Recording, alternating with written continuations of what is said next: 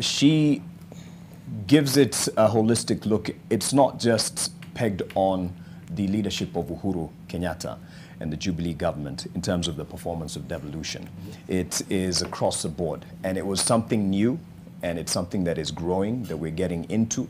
So it wouldn't entirely be fair, would you say, to judge the leadership of Uhuru in terms of how devolution has played out?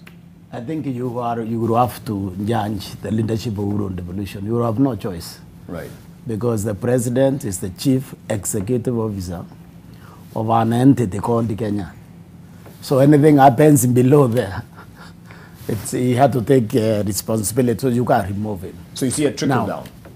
It is a trickle down, but when you try to look how we have implemented devolution, it's actually been implemented by law, without managerial guidance. Now, why do I say that? Because you can only single out 4 counties which has done well. So devolution needed to be accompanied by serious national guidance, because there are areas of success. Those areas should have been noted and therefore enhanced. There are areas which needed correction. For example, the devolution on health. For example, clearly counties were totally unable to handle health. Right. So the president would have come and guided there.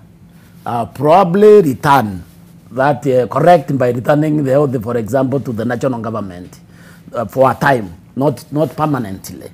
So if you look what has happened, is like the country basically ran itself. Corruption tripled because there was no national guidance. I think the president simply assumed that the counties are really independent, and therefore he just allowed those people to make their own decisions. But I would like to comment on what she said about infrastructure. In fact, that is a struggle for this country for very many years to come. Now it's a struggle because we have built them on borrowed money. But only maybe 40, 50, 60% of the money we have borrowed have actually gone into that infrastructure. So she just mentioned the SGR. On commissioning SGR, after consuming those in billions, we are still paying 1 billion per month to run it. Meaning that if you want to look carefully as an investment for Kenya, today it will be more profitable to scrap the money, to consider it as sunk cost. So you can save the billion, which is being invested every day on that money which was spent on that one. So the project that in Jubilee and the region has implemented, they were not thought through well. They were a kind of pride project and an opportunity for aggrandizement for the officers implementing those projects. Because you see, you look the value of our road, for example, as opposed to an SGR. If you put up a 6-line highway from Mombasa to Malaba, the spin-offs of that road, the eateries, the petrol stations, a casual look will tell you that the longer track spent in Kenya to Uganda, going to Uganda, to Burundi, to Zaire, right, the more you benefit because consume your fuel, consume your tires, hit your food, sleeps in your hotels. The railway passes through the bush, is guarded. Depresses land prices where it passes because, I mean, you can't zero because of the shaking and so on. The road will lift land prices where it passes to create new towns. So they didn't think carefully, and then the SGR must be able to carry the goods back. You meet these vehicles on the road, they are shaking because there's nothing they bring back from wherever it is they are coming from. So the socio-economic analysis was not properly done. SGR should never have been built. SGR should, if we needed to build it, then we should have leased land to China and ask the Ugandans, Rwandese, and the Zaire to pay.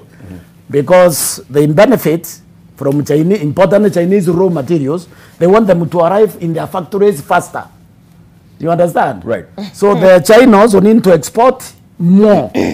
Let me give a chance to Dismas. I don't know what Gloria was whispering to you, Dismas, on that point of view. Oh, you just had he had a very serious look. So I was like, did you have breakfast?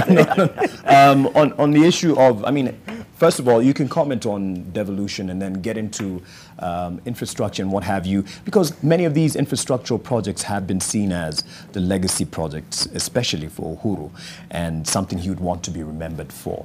And I mean, any leader would want to have a legacy project, but then again, there's a question of to what expense and to what extent for the nation in the years to come. But devolution, the scorecard, is it separate from the leadership of Uhuru Kenyatta, or can we rate him, and fairly so, for how devolution has played out?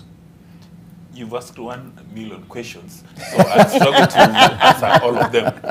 But, you know, when you look at the definition of leadership, scholars and practitioners have got 1 million definitions of leadership. Right. But the most agreed upon that everybody agrees, including professors here, is that when you're a leader, say the leader of a nation, you are supposed to paint the global picture of where you want Kenya to go.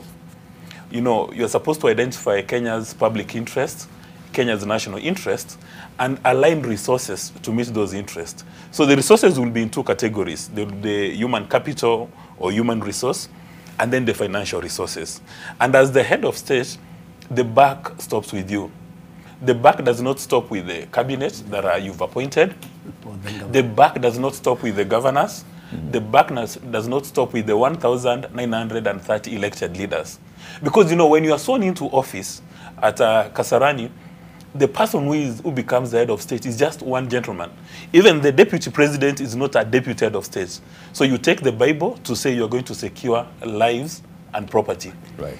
In that statement, it means that you're going to ensure that all people in your territory are not going to be victims of all these diseases.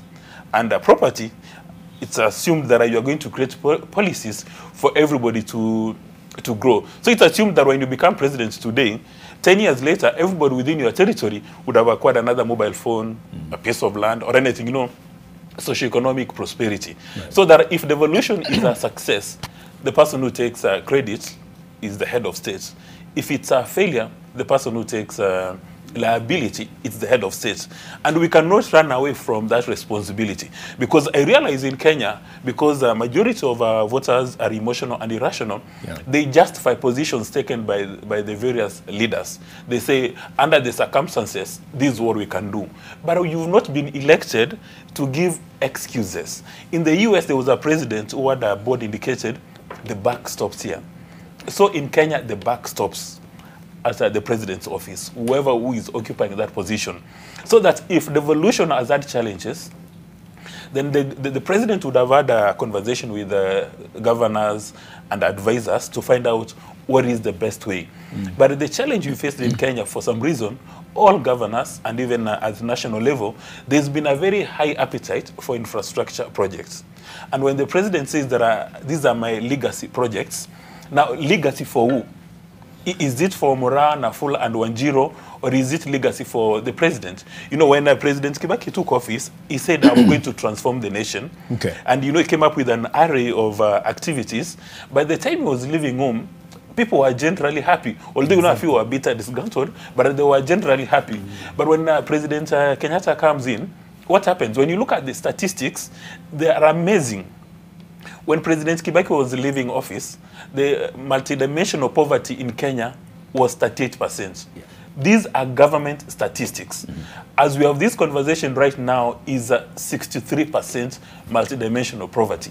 What that means is 63 out of 100 Kenyans who have woken up at this morning, they're not sure whether they're going to have breakfast. They're not sure whether they're going to have lunch. They're not sure whether they're going to have supper. They're not sure whether they'll access medical services.